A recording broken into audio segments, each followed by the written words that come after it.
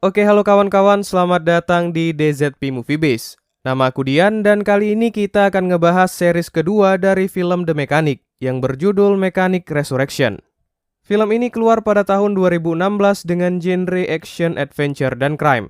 Dan tentu saja masih dibintangi oleh aktor Jason Statham. Nah, bagi kalian yang belum tahu film pertamanya, aku ceritakan secara singkat aja ya.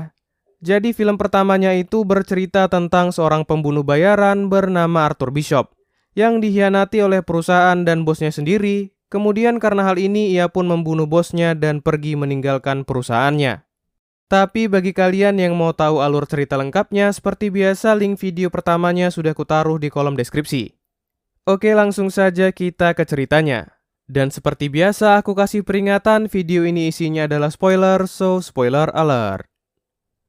Setelah berhasil selamat dari ledakan yang terjadi di film pertamanya, Bishop pergi dan bersembunyi di Brazil. Di sini ia tinggal di sebuah kapal yang berada di pelabuhan dan hidup damai layaknya orang biasa. Namun suatu hari saat sedang berada di suatu restoran, Bishop didatangi oleh seorang perempuan yang menawarkannya pekerjaan untuk membunuh orang lagi. Tentu saja Bishop langsung menolak. Tapi perempuan ini mengancam bahwa ia akan membongkar penyamaran Bishop di Brazil, sehingga perusahaannya dulu akan memburu Bishop lagi. Mengetahui hal ini, Bishop dengan cepat memfoto perempuan yang mendatanginya. Dan karena itu, keributan pun langsung terjadi di sana, di mana anak buah perempuan itu mencoba menghajar dan menangkap Bishop. Tak tinggal diam, Bishop langsung menunjukkan kemampuannya dan mengalahkan satu persatu musuh yang ia temui. Kemudian pergi dari sana dengan cara melompat ke atas kereta gantung. Tapi sialnya ia masih bisa terkejar. Dan karena hal ini, Bishop akhirnya memutuskan untuk melompat dari sana dan mendarat tepat di atas orang yang sedang terbang di bawah kereta gantungnya. Cerita pun berlanjut di mana Bishop mendatangi kapal tempat ia tinggal dan melihat orang-orang yang tak dikenalnya sudah datang dan memeriksa kapalnya. Melihat kapalnya sudah tidak aman, Bishop langsung meledakkan dan menghancurkan kapal tempat tinggalnya. Kemudian pergi ke tempat persembunyian lain di pelabuhan yang sudah ia siapkan. Nah, setelah sampai di tempat persembunyiannya, Bishop mengeluarkan sebuah kotak yang berisi uang, senjata, dan paspor yang sudah ia simpan. Memasukkannya ke dalam tas, kemudian langsung pergi dari tempat itu. Singkat cerita, setelah kabur dari Brazil, Bishop datang ke Thailand, ke sebuah pulau terpencil milik teman lamanya yang bernama May, dan berencana bersembunyi sementara di sana. Setelah mengobrol singkat dengan May, Bishop diantarkan ke kamar lamanya yang dulu pernah Bishop tempati. Dan sesampainya di kamar itu, Bishop dengan cepat membongkar lantai dan mengambil koper tersembunyi yang juga berisi sejumlah paspor dan senjata. Nah, saat malam hari tiba, menggunakan foto yang sebelumnya ia ambil, Bishop mencari informasi tentang siapa orang yang mengejarnya dan menemukan bahwa perempuan itu adalah anak buah dari seorang laki-laki yang bernama Crane. Cerita pun berlanjut di suatu malam yang tenang, di mana May dengan terburu-buru datang menghampiri Bishop dan meminta kepada Bishop untuk menolong seorang perempuan yang disiksa oleh pasangannya di atas kapal yang berada di pantai pulau itu. Awalnya Bishop menolak karena itu urusan pribadi, tapi karena bujukan May, Bishop akhirnya pergi untuk menolongnya. Sesampainya di atas kapal, saat Bishop mencoba menolong perempuan itu, perkelahian pun terjadi. Dan secara tidak sengaja Bishop membunuh laki-laki yang mencoba melawannya. Karena hal ini, Bishop langsung menyerahkan perempuan yang diselamatkannya kepada May dan dengan cepat berusaha untuk melenyapkan kapal yang Bishop naiki. Tapi saat sedang memeriksa perahunya, Bishop menemukan sebuah handphone dengan fotonya berada di sana. Mengetahui hal ini, setelah membakar kapalnya, Bishop pergi menemui perempuan yang baru ia selamatkan. Dan perdebatan pun terjadi antara mereka. Nah, dalam perdebatan ini diketahui nama perempuan itu adalah Gina, yang ternyata juga orang suruhan dari Crane untuk mendekati Bishop. Tapi di sini Gina langsung menjelaskan bahwa ia tidak bekerja kepada Crane, dan Gina melakukan hal ini karena paksaan dan ancaman dari Crane. Keesokan harinya Bishop langsung mencari informasi siapa Gina sebenarnya, dan menemukan bahwa Gina adalah ketua relawan dalam sebuah organisasi yang bekerja untuk menampung korban jual beli manusia. Mendapati hal ini, Bishop mendatangi Gina dan sedikit berbincang dengannya di pinggir pantai. Nah, di perbincangan ini Bishop mengetahui bahwa ternyata Crane memaksa Gina untuk mendekati Bishop dengan ancaman Crane akan membunuh semua orang di lembaga yang Gina kelola, termasuk anak-anak yang ia rawat. Dan karena itulah Gina mau tak mau mengiyakan permintaan dari Crane. Karena hal ini Bishop akhirnya mempercayai Gina, dan semakin lama mereka pun semakin dekat satu sama lain. Kemudian rasa cinta pun mulai tumbuh antara mereka. Tapi kebahagiaan itu tak berlangsung lama. Suatu hari tiba-tiba pulau mereka didatangi oleh anak buah Crane yang menyamar sebagai polisi untuk membawa Bishop dan Gina. Tak mau menyerah, Bishop pun mencoba melawan. Namun karena kalah jumlah, Gina dapat diculik dan langsung dibawa pergi oleh anak buah Crane. Nah, karena ditodongkan senjata, Bishop akhirnya mau tak mau menyerah. Kemudian mendapatkan telepon dari Crane yang mengundang Bishop datang ke tempatnya. Tempat pun berpindah di Bangkok, Thailand, di mana Bishop mendatangi sebuah rumah untuk memenuhi undangan dari Crane. Nah, sesampainya di sana Bishop diperiksa, kemudian dipersilahkan untuk duduk. Tapi tanpa ia ketahui ternyata bangku yang ia duduki sudah dipasangkan bom di bawahnya. Tak lama Crane pun tiba mendatangi Bishop. Dan karena bom di kursinya, Bishop tidak bisa melawan dan hanya bisa mendengarkan apa yang Crane katakan. Dan di sini Crane memberikan Bishop sebuah misi untuk membunuh 3 orang pedagang senjata dan membuatnya seperti kecelakaan. Dengan imbalan, Crane akan membebaskan Gina saat pekerjaan Bishop selesai. Karena Crane mengancam akan membunuh Gina, Bishop akhirnya terpaksa mengerjakan apa yang Crane perintahkan. Misi pertama pun langsung dilakukannya, di mana Bishop berencana akan membunuh seorang laki-laki yang bernama Krill, yang berada di sebuah penjara di Malaysia.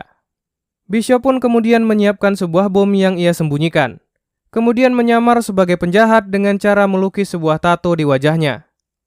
Setelah semua persiapannya, Bishop langsung melakukan aksinya, di mana ia membuat keributan dengan polisi di jalanan. Dan karena hal ini, Bishop akhirnya ditangkap.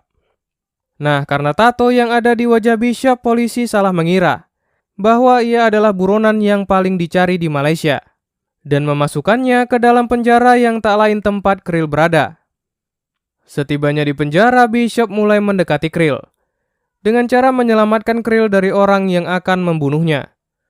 Melihat Bishop yang menyelamatkannya, Krill pun menaruh kepercayaan kepada Bishop dan mengundang Bishop untuk datang makan ke ruangannya. Sore harinya Bishop pun dikeluarkan dari tahanannya, kemudian diantarkan ke ruangan tempat Krill berada. Perbincangan pun terjadi antara mereka, di mana Krill mengajak Bishop untuk menjadi anak buahnya, untuk melindungi Krill di penjara. Tapi tanpa Krill ketahui, Bishop memiliki niatan lain. Memanfaatkan kesempatan ini, Bishop langsung mengambil sebuah tongkat, dan dengan cepat berusaha untuk mencekik Krill hingga pingsan. Nah, setelah Krill pingsan, Bishop mencampurkan semacam obat, dan membuat Krill meminumnya hingga overdosis sampai mati. Kemudian langsung meninggalkan Krill di sana. Mengetahui Krill sudah tak bernyawa, keributan pun terjadi di penjara. Tak mau menyia-nyiakan kesempatan yang ada dengan bom yang ia sembunyikan, Bishop berencana untuk kabur dengan meledakkan tembok yang ada di sana. Kemudian langsung melompat dan menyelam ke dalam laut, dan berenang menuju kapal yang sudah diperintahkan Crane untuk menjemput Bishop. Singkat cerita, setelah misi pertamanya selesai, Bishop mulai melakukan misi kedua untuk membunuh target berikutnya yang bernama Adrian di Sydney, Australia. Bishop pun langsung melakukan pengamatan dan mencari tahu apa saja yang targetnya lakukan di kesehariannya. Nah, dalam pengamatannya ini ia mendapatkan informasi bahwa targetnya selalu berenang di sebuah kolam yang berada di atas gedung. Memanfaatkan hal ini, Bishop menyamar dan masuk ke dalam gedung tempat Adrian berada, pergi keluar gedung dan dengan perlahan memanjat dari luar menuju ke atas. Sesampainya di bawah kolam saat Adrian sedang berenang, Bishop dengan cepat melubangi kaca di hadapannya. Kemudian memasukkan semacam bahan kimia yang membuat kaca kolam renang itu retak. Dan karena hal ini, Adrian pun akhirnya jatuh dari kolam renangnya dan mati menggenaskan. Sedangkan Bishop dengan santainya pergi dari sana. Oke, cerita pun berlanjut di mana Bishop dapat menghubungi Gina karena sudah selesai menjalankan 2 misinya. Tak tinggal diam, Gina mencoba memberi Bishop petunjuk dengan cara menggeser kamera dan menunjukkan nomor kapal tempat Gina disembunyikan. Mendapati hal ini, Bishop langsung mencari tahu posisi di mana kapal itu berada dan pergi mengejar kapal itu menggunakan helikopter. Beruntungnya dalam pencarian ini, Bishop dapat menemukan kapal tempat Gina berada. Bishop pun secara diam-diam masuk ke dalam kapal itu dan berusaha merebut Gina yang saat itu dibawa oleh anak buah Crane. Tapi sialnya setelah pertarungan yang terjadi karena kalah jumlah, Bishop akhirnya dapat dilumpuhkan dan ditahan oleh Crane. Nah, dengan gaya sok jagonya, lagi-lagi Crane mengancam akan membunuh Gina dan kembali menyuruh Bishop untuk membunuh target terakhirnya. Tapi karena rasa kesalnya, Bishop kembali berulah, menghajar anak buah Crane dan melompat kembali ke dalam laut. Kemudian pergi menggunakan alat yang sudah ia siapkan. Tempat pun berpindah di Bulgaria saat Bishop sedang merencanakan aksinya untuk membunuh target terakhir yang bernama Max, yang tinggal di sebuah tempat tertutup di atas bukit dengan penjagaan ketat. Tapi Bishop tak kehabisan cara. Dengan memanfaatkan prosedur darurat yang ada, Bishop pergi ke sebuah rumah sakit, menembak salah satu penjaga dengan sniper dari jarak jauh, kemudian secara diam-diam menumpangi helikopter rumah sakit yang datang untuk menolong anak buah Max yang ia tembak. Nah, setelah berhasil masuk, Bishop dengan kemampuannya menghajar penjaga yang ada dan masuk ke ventilasi udara. Sedangkan Max langsung pergi bersembunyi ke dalam bunkernya. Tapi hal tak terduga terjadi, di mana setelah Max masuk ke dalam bunker, ia menemukan Bishop sudah berada di sana. Perbincangan pun terjadi antara mereka. Dan dalam perbincangan ini, Bishop mengatakan bahwa Crane lah orang yang ingin membunuh Max. Namun karena ia tak mau diperalat oleh Crane, Bishop mengajak Max untuk bekerja sama membunuh Crane. Mendengar hal ini, Max pun langsung setuju, dan mereka akhirnya berencana untuk menjebak Crane dengan cara membuat Max seolah-olah sudah mati, sehingga Crane akan datang untuk mengambil kapal selam yang Max miliki. Dan tak lama rencana pun langsung dilakukan, di mana Max pergi ke tempat kapal selamnya berada. Dan saat tiba di sebuah jembatan, Bishop meledakkan bom yang membuat Max jatuh ke dalam air. Tapi ternyata Bishop datang menyelamatkan Max dan membawanya ke pantai terdekat untuk bersembunyi. Dan ternyata Crane benar-benar memakan umpannya.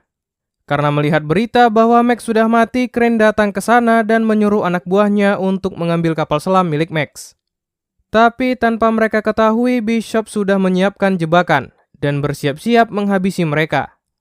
Tak lama anak buah Crane pun datang dan aksi tembak-tembakan kembali terjadi, di mana Bishop dengan mudahnya membunuh satu persatu musuhnya dengan jebakan yang sudah ia siapkan. Dan setelah semua anak buah Crane mati, Bishop dengan cepat pergi menuju kapal tempat Crane berada. Kemudian kembali berusaha untuk merebut Gina di kapal itu. Nah, beruntungnya kali ini Bishop dapat menerobos masuk ke dalam kapal dengan lebih mudah, karena anak buahnya banyak berkurang akibat dibunuh oleh Bishop saat mengambil kapal selam sebelumnya. Tapi sialnya di waktu yang sama, Gina yang mencoba melawan tertembak tepat di perutnya. Melihat Gina yang tertembak, Crane langsung membawanya guna memancing Bishop dan berencana untuk meledakkan kapal sebelum ia pergi dari sana. Mengetahui kapal itu akan meledak, Bishop yang akhirnya bisa bertemu dengan Gina langsung membawa Gina ke kapsul penyelamat dan mengeluarkan Gina dari kapal itu. Sedangkan Crane dengan terburu-buru mencoba pergi menggunakan perahunya.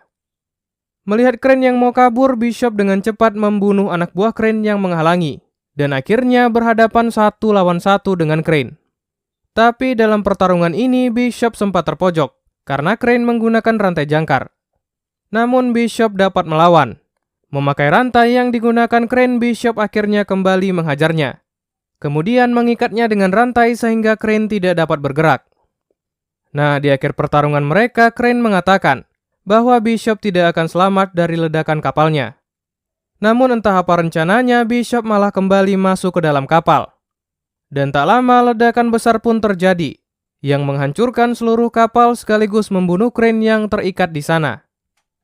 Nah, setelah kapal Crane meledak dan terbakar, Gina yang saat itu berada di kapsul penyelamat berhasil diselamatkan dan dibawa ke daratan. Sedangkan Bishop dinyatakan mati akibat ledakan yang terjadi, karena mereka tidak bisa menemukan mayatnya. Singkat cerita, setelah semua yang terjadi, Gina kembali mengurus organisasinya di Kamboja, sedangkan Mei tetap tinggal di pulau kecilnya. Namun hal tak terduga terjadi. Suatu hari saat sedang mengajar, tiba-tiba Gina melihat Bishop yang masih hidup datang ke tempatnya. Nah, ternyata saat ledakan terjadi, tujuan Bishop kembali masuk ke dalam kapal adalah untuk berlindung di dalam tempat penyimpanan jangkar, yang tidak hancur karena ledakan. Dan setelah bangkai kapalnya dinaikkan ke daratan, saat malam harinya Bishop diam-diam keluar dari sana. Film ini pun diakhiri di mana Max yang melihat Bishop dalam rekaman CCTV menghapus videonya, dengan tujuan agar Bishop tetap dinyatakan mati, dan film pun berakhir. Oke, sedikit review dari alur atau tujuan ceritanya. Film kedua ini memiliki cerita yang sederhana, berbeda dengan film pertamanya yang memiliki cerita tak terduga di akhir film. Tapi dari segi kualitas, film kedua ini sepertinya sedikit di bawah dari film terdahulu, terutama dari CGI atau visual effect yang kelihatan banget editannya. Tapi untuk adegan actionnya menurut aku lebih bagus daripada film pertama, dan pastinya sayang untuk dilewatkan. Oke, sekian dulu dari aku di video kali ini dan sampai jumpa di video berikutnya.